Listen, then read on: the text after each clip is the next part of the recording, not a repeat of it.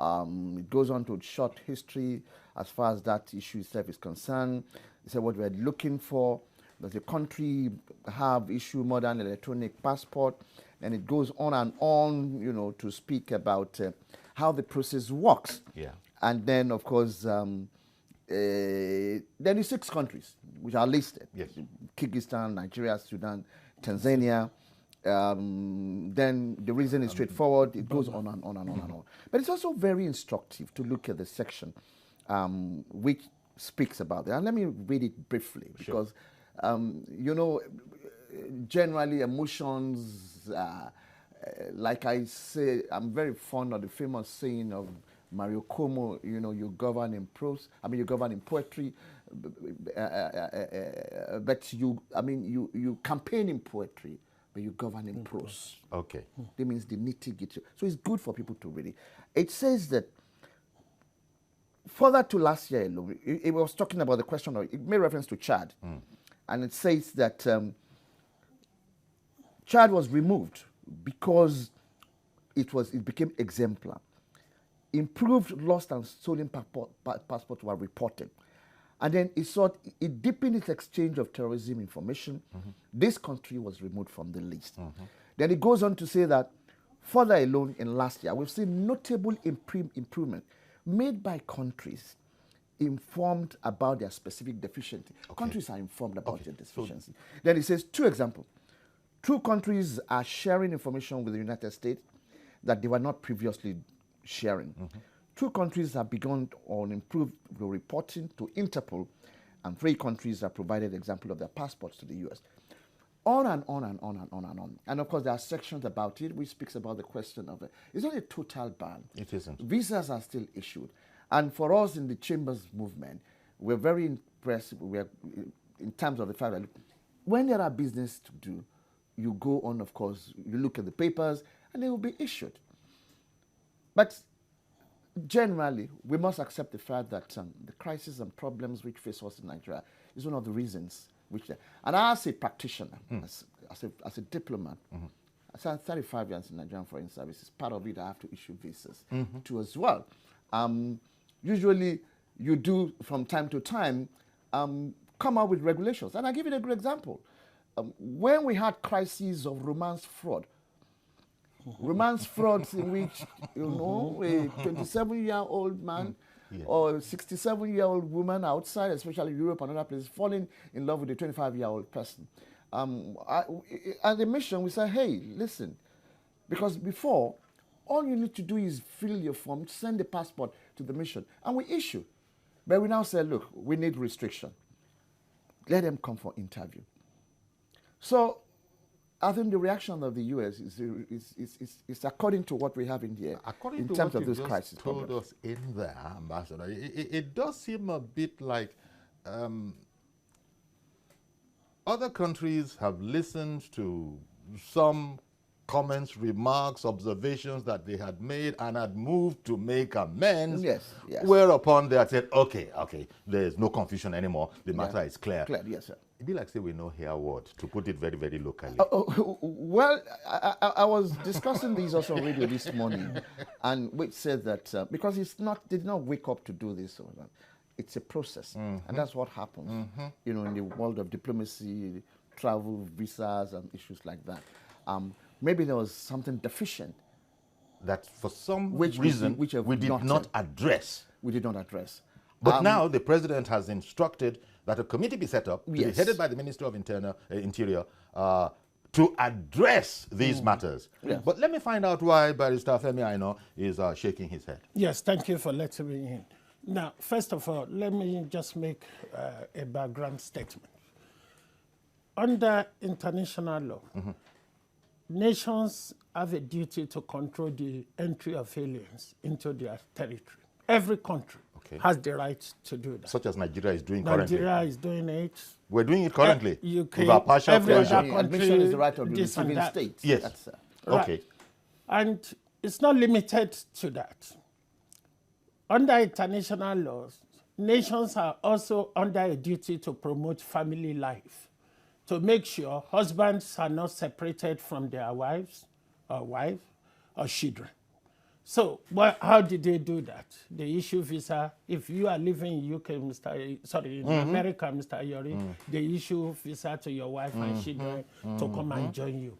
The essence of doing that is to foster family relationship and also promote family life. But between America and Mexico, we know the stories that are going on. Even issue visa it doesn't to always your work, is sister, the point this I'm and making. that. The point you are making about, if you go to Arizona today, you will see a lot of children being pushed across the border from Mexico because we understand that people are eager to migrate to United States of America, either for economic reasons and family reasons. That is a peculiar situation. But the problem with this bar, what people are saying, Nigeria seems to be playing it down by saying visa has still been issued with respect to the distinguished ambassador. It is they themselves that clarified. The fact that they clarify it and others are supporting doesn't mean everything is fine and dandy. And the people who are banned, they are people who are applying for immigrant visa.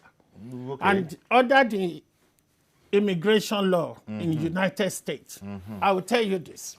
Immigrant visas are petitions made by an applicant that can lead to permanent residency. And the class of people, they are listed in the Act. Number one, fiancé of a United States citizen going to marry and stay in the United States. Those ones are classified under K1. So what I'm saying is that if you are one of these happy lovers who just fall in love with an American citizen, the essence of this ban is that you can't go to America to make love for now. You stay in your country. Now, moving on, K3, spouse of United States citizen awaiting approval of relative petition. Sure. Assuming you marry an American citizen and you want some of your relatives to join. And the problem with this is this. It's not even limited to that. There are lots of children that you classify them as Skype baby or handset baby. Yes. The father is in the US, the wife is in Nigeria with the children. They've petitioned the American embassy so that they can join their husband. Those applications do take months, if not years. And anytime the father called Nigeria, mommy will give the telephone to daddy and say, oh, speak to daddy. Sure. Next time the phone rings, the children will think daddy is in the handset by saying that's daddy. Because that's the only means. I understand you. And that, so what I'm saying, sorry to stop your flow of thought, is this, that people should not look at this that, well, you can still get a tourist visa, this and that. This is a decision that affects family. Indeed, and I take the point you are making that it can actually and the class affect goes family. on. Because it does, because I know because you need to manage time. You know, and thank you very much, because I would have been surprised if you had been any less detailed. You're going to give us, as it were, we're talking about American immigration law, you know, and procedures. That is indeed to one side. Yes. It is very, very important. But the reason which has not been given is not removed from security threats. And we talked about this extensively yesterday, and we knew that we needed to get someone like you with your specialization to give us these other insights. But there are problems, perhaps. The ambassador has reeled out how it works. I agree with that these things don't happen overnight. Exactly.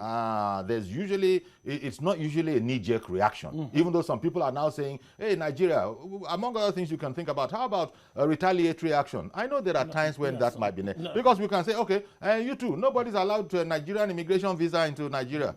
Sorry, before you go to the distinguished ambassador, let me make this point. But I wanted to concentrate on the assumption that security, not splitting up families, security, because there have been a number of stories that we've been hearing here where anybody, and maybe that is a bit hyperbolic, but anybody can these days begin to say that he's a Nigerian because of a relaxing of the procedures. Yes. People are coming into the country any old how. They will therefore be technically entitled to a Nigerian passport. I will take and it the from idea, the theory, sir, is that such people might actually end up seeking immigration status into there. And then these laws will come about again that America, Nancy Pelosi has come in on the matter and has said it's unconstitutional, it's discriminatory. So you let terrorists coming from elsewhere into their country. Trump has said America for America, America first, and all of that. We all know that. That is without prejudice to the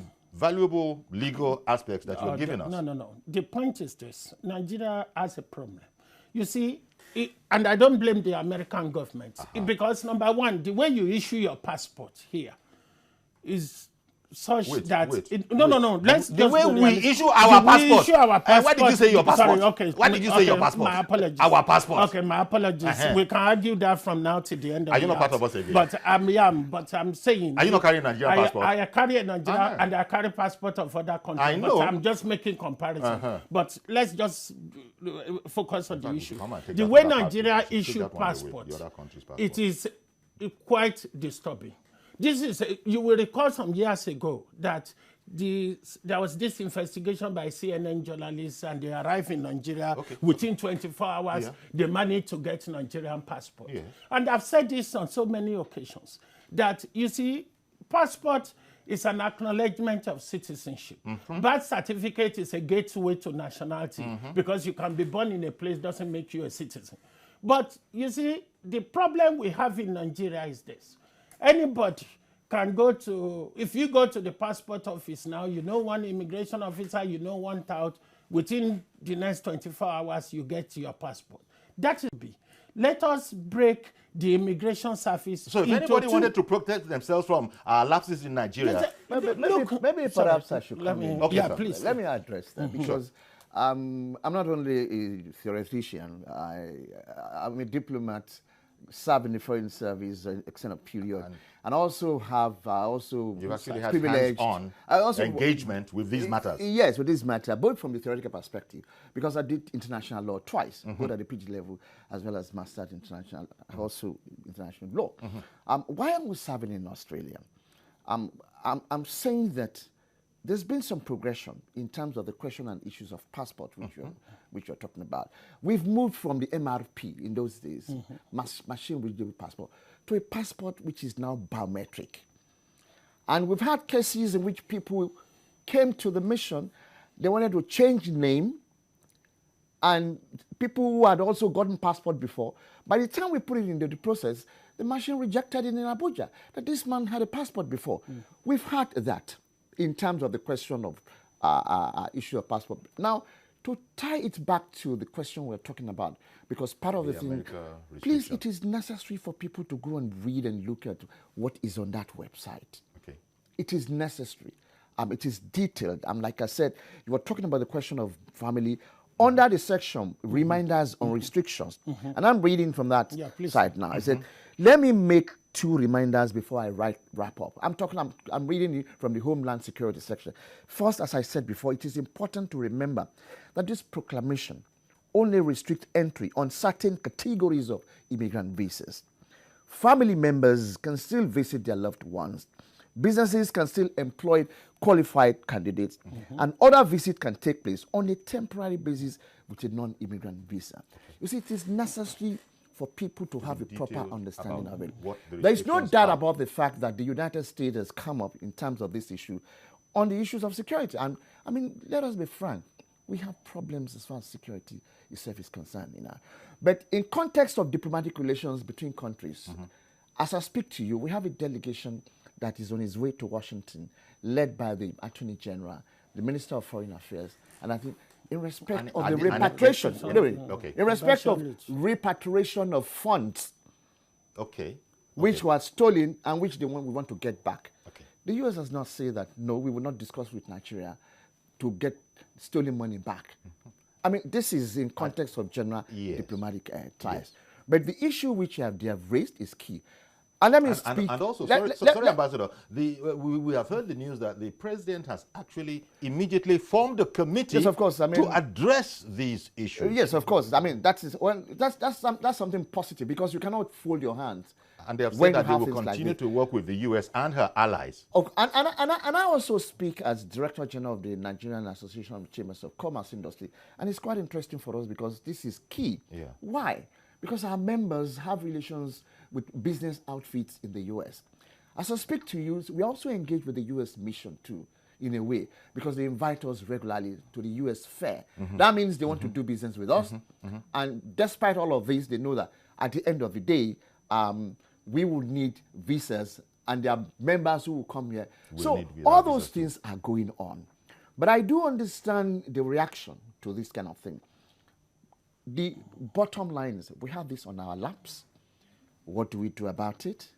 It's a good thing government, of course, is doing something about it. But all the other parts of the country, other section of government, and the polity, the first estate, second estate of the realm, and also the National Assembly.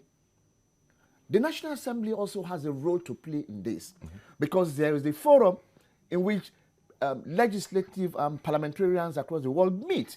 There's the IPU, in which they do. So it is possible for members of the National Assembly to, but apart from that, I want to tie it back to the fact that in those days, and this is one of the things I think we should learn, the Black Caucus, the National Black Caucus, the US Black Caucus, was a very good friend of Nigeria. When we have problems and issues like this, they are a constituency that we can work with in terms of the diplomatic démarche as well as the efforts to. But I see these as one of the spectrums in terms of long years of relations between Nigeria and the U.S. There's a picture. And so it's likely to blow over. Well, of course, You know, definitely. it comes up like this in diplomatic affairs, then it will chill again. But I give you a practical example. We had some problems with Switzerland once. okay. I was, of course, the director of public communication, and I was involved in the migration issue. And I'm sure my brother here, Dilo, will understand. We now have what we call the GCM, the Global Compact of Migration for Safe, Orderly Migration. And what happened in the case of Switzerland? They were deporting a Nigerian at Zurich Airport. In the process of struggling, Akpatanyi died. And that caused an uproar. Yeah. And it became a big uproar between us and Switzerland. And a lot goes on behind the doors, behind the back. Behind the scenes. Behind the scene. Except you pierce the corporate veil. You won't know what's going on. So we went on to diplomatic offensive behind the back in terms of this. Long story short, the immigration chief of New Zealand came back to Nigeria.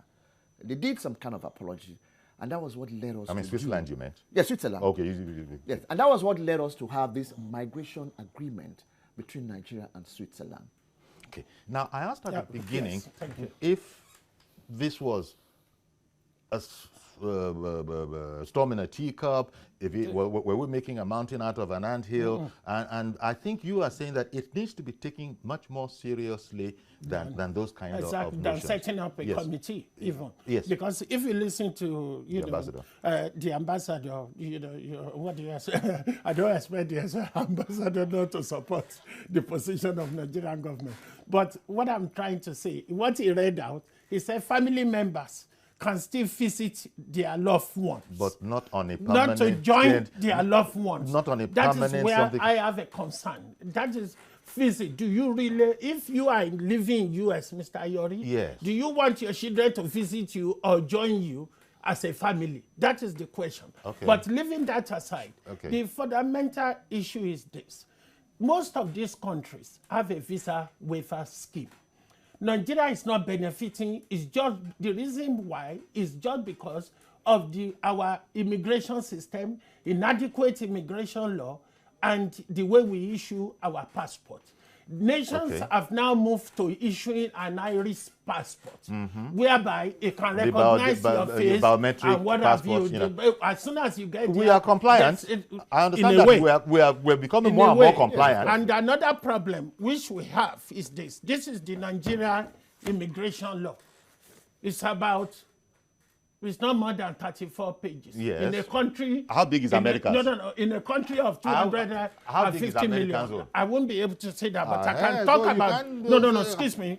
I can talk about the UK. The UK population is 65 million. All of that and is the that- immigration law is quite extensive. Okay. Now, what I'm trying to say is That this. Oxford Dictionary size thing that you brought out, Yes. Immigration Law Handbook. No, all the Immigration Act, everything relating to immigration, Throughout the asylum, universe. deportation, Okay. everything Okay. is there. And if you look at the Nigerian immigration, there are a lot of missing pieces of the jigsaw, but that's a matter for another day. Sure. You mentioned the president setting up a committee Yes. to look at this. Immediately well, this happened. No, not immediately. Don't Well, as forget. far You as we are see, concerned. we have to be very careful. We Mr. heard the you news, see, and Mr. immediately Yori, we this heard is- the news from the presidency. This is why I always disagree with you sometimes, is that let us not look at things in isolation. Initially, when they heard about this, the statement from the presidency was that they are not going to do things based on speculation. They're going to wait until the United States of America make the announcement. That was the first statement. Subsequently, thereafter, now, that's my concern. And if you listen to the distinguished ambassador, he said something, that there are processes, that this doesn't just happen overnight. Now, as at that time, why did you not engage? Number two, when you got wind of it, America has an ambassador here. If I'm the Minister of Internal Affairs, and I know this is going to have a devastating effect on my citizens, what I will do is to summon the American ambassador and say, look, sorry, we heard this. What is going on? Is it true? Okay. The ambassador, no doubt, will be in the know. So, in other words, we what could do have been more do? preemptive. Exactly. What do we do? Can you stop for now and let us take those actions? Okay. And that is important. Now, you now set up a committee. Government officials, maybe- you maybe- seem to be commenting that we were a bit slack. We always do things in the last minute. That's the problem we have in this country. You see, the moment you heard about that, what you should have done is to call the ambassador and also take steps.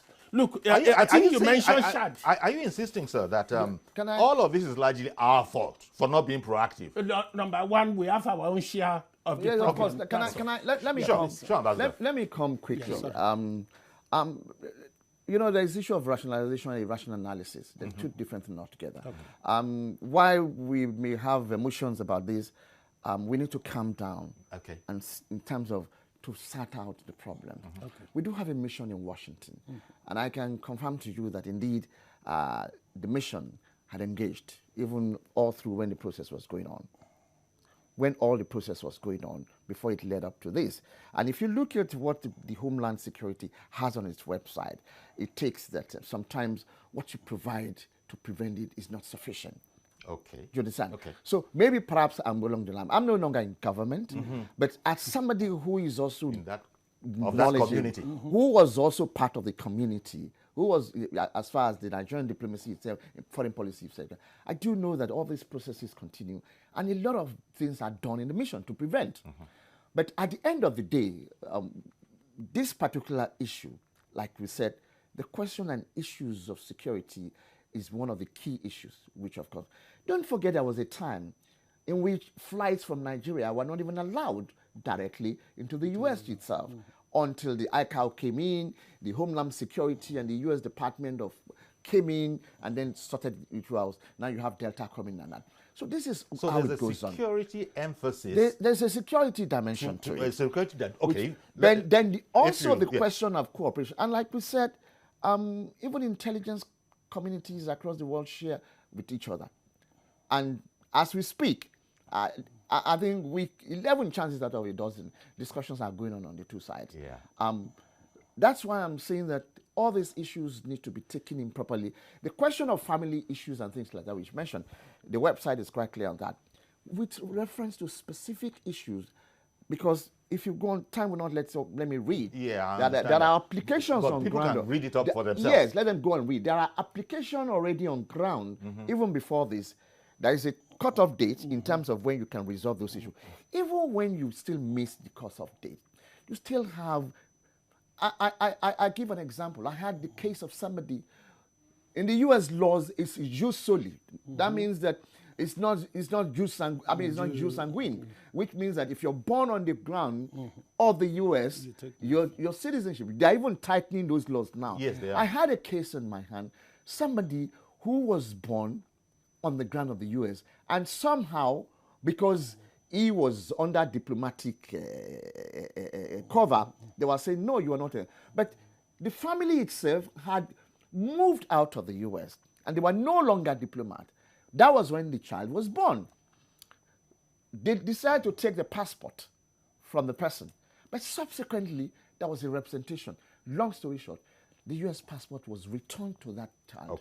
Okay, there are these things. Because yes. Now, it was a question of going through the process to make sure that, look, listen, to prove beyond no reasonable doubt that, yes, the person qualifies. Okay, now to come back to this immediate action of the U.S. and as we were speculating yesterday, I would say speculating simply because we're not professionals, we're not lawyers, we're not diplomats, and so all we had was the news from the U.S. and the news from our own presidency. And our presidency was not, I didn't see it as being combative. It was, the first thing that we were hearing was that, yeah, it has happened. The president has ordered this. The Minister of Internal Affairs, he's heading up a committee.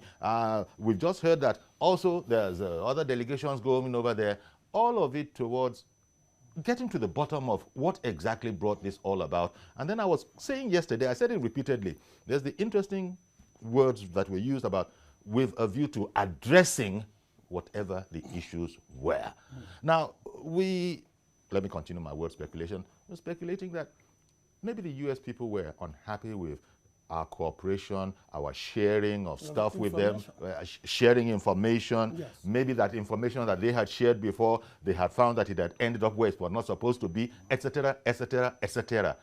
Those are the issues, Mr. Aina, that I'd like you to, without prejudice to the law, and you've made a very passionate case about it, and yeah, you know, you can't split up families, yes. But the other overall interest of both our countries, both the U.S. and our own, surely is important. Now, I've been told that I've got to go on a break, but let me go, and then I'll come back, and you'll further elucidate on that. Stay with us, please. We'll be right back. We'll continue, and of course, I know we must take your calls as well. Stay with us.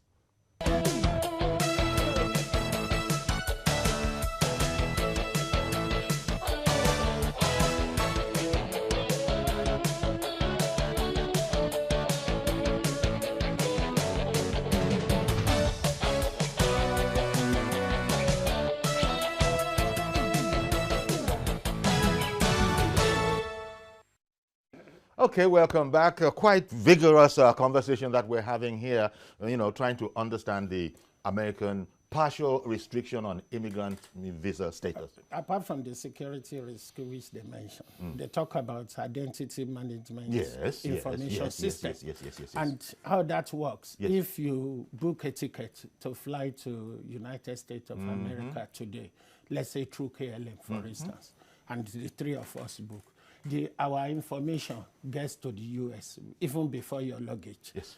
And that's what they said Nigeria should try as much as possible to comply with. Nigeria has a border management capability system. In a country where we have about 450 illegal routes that enter the country. In a country where we have passport office spread all over the place. And I've said this. The best way forward, let's break the immigration into two. Let us have a nationality section and let us have an enforcement section. The nationality section can have their office at Abuja. If I want to apply for a passport, I can go to a bank, I can go to their website, download the application, send it off. If they need to interview me, I agree with the distinguished ambassador, they can call you for an interview, and they have a local office in Lagos. Of recent, they opened an office in Shagamu, a passport office in Shagamu. Now, there is no adequate research as to how many people in Shagamu even travel abroad. And why do you need a passport to the office there? If you go to the passport office, there's one in Abeokuta, there's one at Ikeja, there's one in Festa. If you go there now, you will see Nigerian citizens down just waiting for their passport. Now, the issue, you see, the point I'm making is this. If you run such a defective system, All these bad elements which we are worried about, either Boko Haram, Niger, Chad, some of them were creeping into also the question of identification. Because, yes. You know, we talked about the national identification scheme that has virtually collapsed. Yeah, that has totally collapsed. And it's not even limited to that. Nations don't stand alone any longer because of the threats going on around the world. Even if you apply to American embassy for a visa today, they share your information with Canada. If you apply to travel to Canada, if you look at the application form, there is a question there: have you ever been refused to any other country? If it is a case, are all these things not as they should be? That is the way it's supposed to be, and Nigeria needs to key into that. And if they don't key into that, what you get is what we are discussing here. We've arrived back at the same place. Exactly. That is the. So I thought you were trying to say that the American people were at fault when we cannot identify each other. We need to. You know, properly, yes, we cannot identify that, which I understand is not the same in America. And you will An American cop will enter you in without knowing that he was going to do so before, based on what you, and he'll be able to tell a fair bit about you. That's the point. We don't have that. Most European countries, we don't have under the Schengen Agreement. If you apply to one Schengen country, they manage but now all they your say, information. no more. Like we were managing our brothers, our neighbors, the other side, until we said partially close this border. Enough is enough. I know. I don't know if that analogy was the right. border closed. But I'm indeed glad we've touched the question of issues of national identity card. It's so sad that we're still at this stage. Yes, exactly. But I think this is one of the challenges which we should work with, because it will help us in terms of the question of management of information, in terms of who are Nigerians, what are the national identity. I think these days you made mention of the fact that if you're traveling out, and I think that's why under the Carriers Liability Act, travels, airlines now, of course, must send ahead of time some of those things in there. And usually your borders these days is no longer where you think your borders is. And I'll give you a good example. When I served in Australia, and even recently, we were on an economic mission to Australia. You'll be shocked and surprised. The Australian immigration offices do have a place in South Africa at the airport. So that if you're transited through that place, it is possible for them to say, look, listen, at the end of the day, we're not sure we will allow you to continue. Okay. But having said that, I think the thing is now what is to be done, and that's what all of us should start working on. Okay, sir. One moment, please. Tammy in Lagos, good morning. Good morning. Thank you for calling in. Yeah. I don't know why we are struggling and arguing about this restriction. We were told, we had the information that we're going to be restricted before now. What did the government do? Well, we don't even have, they told us why they are putting us in that place. We don't have a synchronized data ID system, which is very important, which they have told us that is one of the reasons. And we opened our borders to illegal immigrants to come in every day. We close our borders to food, but we open our borders to illegal immigrants to come in every day. And we expect the United States that are fighting terrorism to come and start giving you this. But madam, I don't know about opening our borders to illegal immigrants. Madam, I don't know about that part. But I understand. Please continue. Well, if you don't know about that fact, we have to say the truth. Okay. We're all afraid to talk. We're all afraid to speak because of one thing or the other. We have to say the truth. We know that illegal immigrants are coming in, and they are the cause of the problems we have in Nigeria today. They have infiltrated into our nation. They are in different parts of the country. We are ambushed. We know that, and the government knows. But everyone is afraid to speak. It is good to speak the truth. The Malaya say you speak the truth, you die. You don't talk, you die. So just to speak the truth. Okay, you're quoting former Senator. Oh, well, actually, once the senator, always the senator. You're quoting Senator Dino Malaya now. Okay. They have said what they want. We should remain in our country and salvage our country. Thank you. Thank you very much, Tammy, for calling in. Okay, she's angry that, what are we talking about? We said it yesterday that it would appear, to put it crudely, our security house is not in order in their view. In their view. We might have a different take on the whole thing. No, that's a reality. Yeah, it's a reality. So Exactly. how do you expect them to continue to allow people that they consider might be a threat to them, no matter how inadvertently? Mr. Ayori, sorry, I blame. Sorry, okay, I blame the Nigerian government. You blame the Nigerian government. Yes. And that much has been said. And what is going on here is this. You see, most of these countries even have, let's forget what is going on. And you now. don't blame the Americans, you blame the Nigerian authorities. Because they fail to engage. They ought to have, you see, once you know that this is going to happen to your citizens, you need to take a proactive measure. That's why you have diplomats all over the place. But Tammy has just called in. The point is this. Tammy has just called in. You see, She's talking about what they're doing, setting up a committee at the last minute now, okay. I can tell you it's a sign of shambolic leadership. Because at the end of the day, you got wind of this. If I talk years now, ago. No. You got wind of this. You are saying shambolic.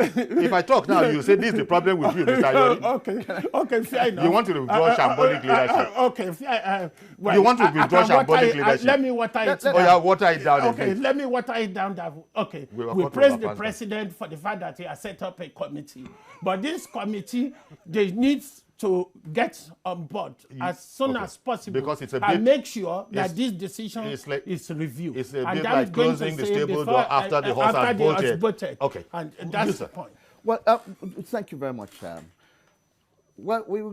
sir. John in Coventry. Good morning, John. Hello, good morning, sir. Thank you for calling in. Yeah, I would like to contribute to the... Go ahead. I totally disagree if the ban is about security, because I don't think Nigeria is some kind of threat to the United States if we have to compare that with other countries like Saudi Arabia. So what do you think it's about? Remember, it's about, I would say it's about the president, what he has against the foreigner. Because let me just come about the security. Because you don't think this action is security-based? Then what do you think it is about, sir? It's only trying to just reduce foreigners coming from the United States, because using security as the major front against Nigeria. Okay. Nigeria has never been a threat to the United States. Because when you compare Saudi Arabia has, because we have like 17 people that engage in the World Trade Center. About 15 of them are Saudi Arabia. And last year again, unless Saudi Arabia bombed maybe one of their army base or something. Sure, and they did nothing. Okay. But they are saying, sir, if you recall, they are saying that Nigeria has become a terrorist pass-through. Yes. It has become a terrorist route. Just like, if you recall, they said that Nigeria has become something of a terrorist route in certain areas. And this has not been addressed to their satisfaction. But that is internal problems within Nigeria. That's what Okay. Thank you very much for calling in, sir. There's a dimension which I think we need to come up also with as well. One, part of the processes, like I said, it took a lot of processing, was that if you look at the number of Nigerians who take non-immigrant and visiting visa, the percentage is alarming. Out of the thousands that goes, maybe only 27% come back. Okay. So a large number of Nigerians have been known and seen to be violating immigration regulations. But they still didn't even address that side of it is even also, it is even also part of it. Like, people need, unfortunately, you need to go in depth into all of this. Yeah. Like I said, the first thing we will recommend to people, please let them look at the Homeland Security website and what it is on need. 2020 travels to visa restriction. Release date 31/2000. It's important to do because as part of the process of getting over this. And I want our conversation to be very useful in terms of resolution of the issues. And that's why we're saying that from the perspective of the Chambers of Commerce and others, we also engage in this particular area. And I'll give you a good example of what happened in South Africa. After all the crises and what we had, there was a delegation, apart from the engagement between the government on the two sides, the Nigerian South Africa Chambers of Commerce and also engaged our counterpart in South Africa in terms of, look, listen, how do we prevent this? How do we scale over this crisis? And the engagement and the discussions is on. So for us, as far as the Chambers of Commerce, the human dimension is very important. The question of business relations, look, as we speak, business relations is still going on between Nigeria and of course, the United States. Even if you go back to the days of the Israeli, I served 4 years in Tel Aviv in Israel. Despite the so-called diplomatic, a lot was going on. And of course, eventually, what happened between us and them. So let us see. As you said, it's advisable for people to check out the U.S. Homeland. They need to educate themselves about it. Abdul Rashid in Auchi, good morning, sir. Good morning, sir, Uncle Yori. Thank you very, very much for calling in. Yeah. Go ahead, please. Actually, I don't think we should be wasting our time over American banning us from entering the US. Okay. We should be thinking of how to solve our own personal problems first. If you go to, we are talking about border people. If you go to the border right now, that's up to you. You will see that the normal route is closed, but all the illegal routes are wide open. The security agencies are right there collecting money. It's something that I know very well. I work there. I know what is happening in that place. If you go there, you will be ashamed of our leaders not monitoring what is happening at the border. They only tell us that the border is closed. Yes, quite right, it's closed. But we have, I'm talking to you, as I'm talking to you right now, at the Lela border, we have more than 200 illegal routes. And those illegal routes are wide open, is what I know very well. This time, they are even making, the security partners are making money that they have never made before with this border closure. If you go there, you'll be surprised. You see that the normal route is wide closed. It's closed. But the illegal routes are wide open. With the security, if anything is coming to this country, they will tell you, don't come to this route, come to this route. Yeah. They will leave that place that they ask you to follow. They will leave that place and go to another place. So these people are watching us. They know all those things is happening in this country. So for that reason, they will not allow us to do something that's going to destroy them. Yeah. Thank you very much, Abdul Rashid. I appreciate your call. Thank you very much. Alongside this point that he made yesterday, we were talking about the the National Identity Card Scheme that has virtually collapsed. And another gentleman called in who says he's not talking from the outside, he's in there. The whole thing has been monetized. Exactly. People, the forms that are supposed to be free, people are actually selling them. So it's like what you were saying about not doing what we need to do as a people. Yes. And so I didn't really initially understand your anger at this whole action when we ourselves are the people at fault. There's no anger. What I'm just concerned about is that any decision that violates the right of family, I would not support it. Of course. That's the point. But also you've heard that the U.S. people have said that families are intact. Families are not going to be affected by this. No, they are saying family, you can visit your family, not that you can join the family. That's an issue. On a non-permanent basis. Other issue, and this is a sign of things to come. And I can tell you, see, President Trump, I think I don't know whether the ambassador will disagree with that, is an anti-immigrant president, right from the time, and the election is coming. Yes. And in some of these countries, immigration is a political hot potato. So, don't forget, this is a president that initially toyed with the idea that people who come to United States and have a child, they will not get nationality. He talk about shithole countries. He's not being the most discreet or the most diplomatic of presidents. So, Mr. Yakub, thank you for holding on, sir. Good morning. Good morning, Shivjori. Okay. And then good morning to your vet. Sure. Thank you. Shivjori, I totally agree with the last caller. If U.S. is saying that they give us a fiscal restriction, and then we should look inward to know what is really wrong with ourselves. Number one, if it is truly because of insecurity, yes, it's showing in our faces in this country that yes, security is not well located with us. But the issue now I want to ask this, why is it difficult for U.S. to come to our aid to even help us to fight this terrorists?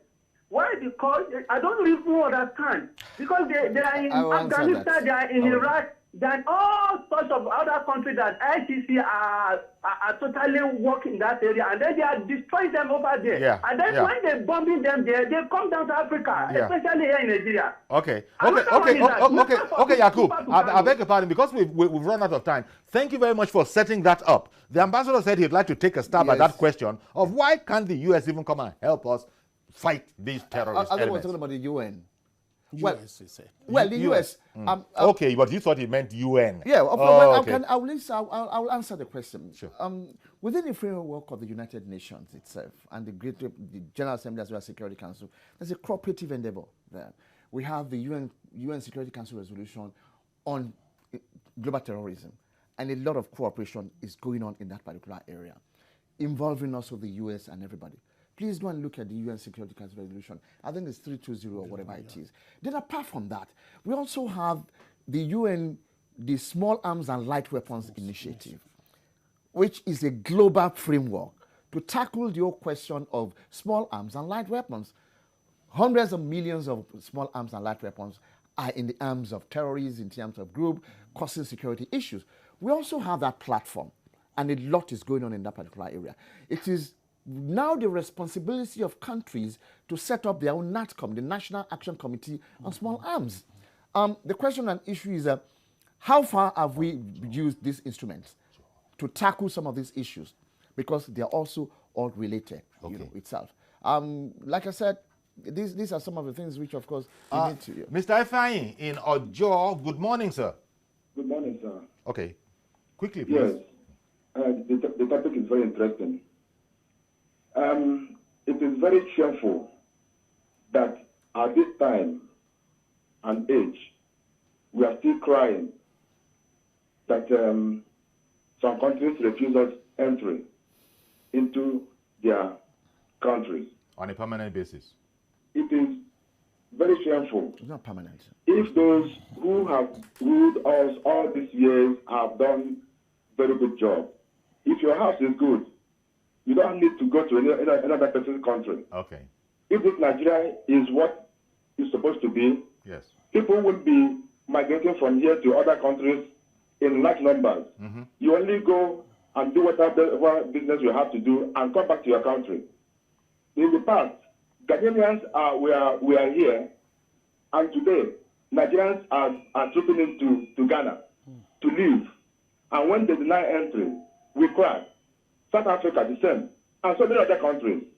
We should look at what the government, the people who are ruling us, should do to make this country a welcoming place for and a place for every one of us to stay and live comfortably. Thank you very much for making that point, Mr. Ifeanyi. Thank you very much for that point. I know that there's more to it, but that's the outskirt of it. That if we had our act together politically, governance-wise, and all of that through the decades, not now, never mind shambolic, not now. If we've been having it together, then nobody would want to go anywhere, is the point that Mr. Ifeanyi is making. No, I've said that before. You need to give your citizens opportunity, number one, and also citizenship connects right. If your citizens have a problem abroad, you must be there. Indeed. Indeed. As we were very much present in the South African crisis. Exactly. Well, that's one, but we have to concede now. I'm of the view we should have taken a more robust approach. But it's all right. It doesn't matter how well they do. But Mr. Yoribi, by and large, yes, this is a sign this is a sign of things to come. And Nigeria as a country needs to try and take a proactive approach. It's very, very important. And what is going on in the world now, and this migration we are even talking about, in the next 5 or 10 years, I doubt whether anybody will like to migrate because technology is taking over now. And that is the core issue. If you go to Japan today, they have a problem with aging population, but they don't want immigrants. And what are they doing? They are just developing robots every day. You go into a shop, there is something that captures all your details, including your assets. And next time you visit that shop, it will just say, your face be this, and you will think it's somebody talking to you. So this is what is going on. Let me see if I can squeeze in Akim in Ogun State. Very quickly, please. We're really down to the wire now. Good morning, Mr. Akim. Good morning, Uncle Yari. Good morning, sir. Good morning. Yes, I want to just quickly make this comment. Sure. Yeah, you see, we are taking everything from the surface. Okay. Good morning, Uncle Yori. I can hear you, sir. Please continue. Yes, the idea is the diplomat has been very educative in his analysis, and the international lawyer, yes, that's contributions. But you see, Nigeria is Nigeria's problem. Yes. We have not been able to, as a country. So we need to work on ourselves. I'm sorry, sir, we've run out of time. Mr. Akim, forgive me, but I think you are saying that we have to work on ourselves. Forgive me for jumping in, but we've completely run out of time. But I guess that was where you were going to land, that the moment we begin to work for ourselves and do the right things, things will not be as bad as this. The ambassador explained how these things never happen. It's never a knee-jerk reaction. Tammy called in and said, just as you were saying, that we knew this was coming down. And Tammy and yourself, you're angry that we weren't more, proactive. So we leave it. The president, what do we do with a bad thing? Well, the president has now set it up. You might say that the horse has bolted before they're closing the barn doors, but okay, at least sort of now we're speaking. The ambassador said some people are on the way yonder. Well, thank you very much. I think in closing, we should stay engaged on this. Okay. Either we like it or not, a committee has been set up, they've gone. Yes. Let's see what they come back with. But also all sections of society, all arms of government should also see what can be done. And that's why I'm saying as a Chambers of Commerce, we are interested in this from various perspectives, and we're also engaging our counterparts to see how we can be able to find a solution, satisfactory very solution much, Ambassador to this crisis. Ayo Olukoni, DG of the Nigerian Association of Chambers of Commerce and Industry, Mines and Agriculture, NACIMA. Thank you for having me. Thank you very much for coming on. Thank you. And also, thank you very much, Mr. Femi Aino, international lawyer, for adding perspective and indeed knowledge. Gentlemen, both of you have been so educative this morning. Thank you very much. Thank you for having me. So that's our program. Thank you for being with us. Join us tomorrow, please, for a fresh edition. I am Yori Folari. Bye-bye for now.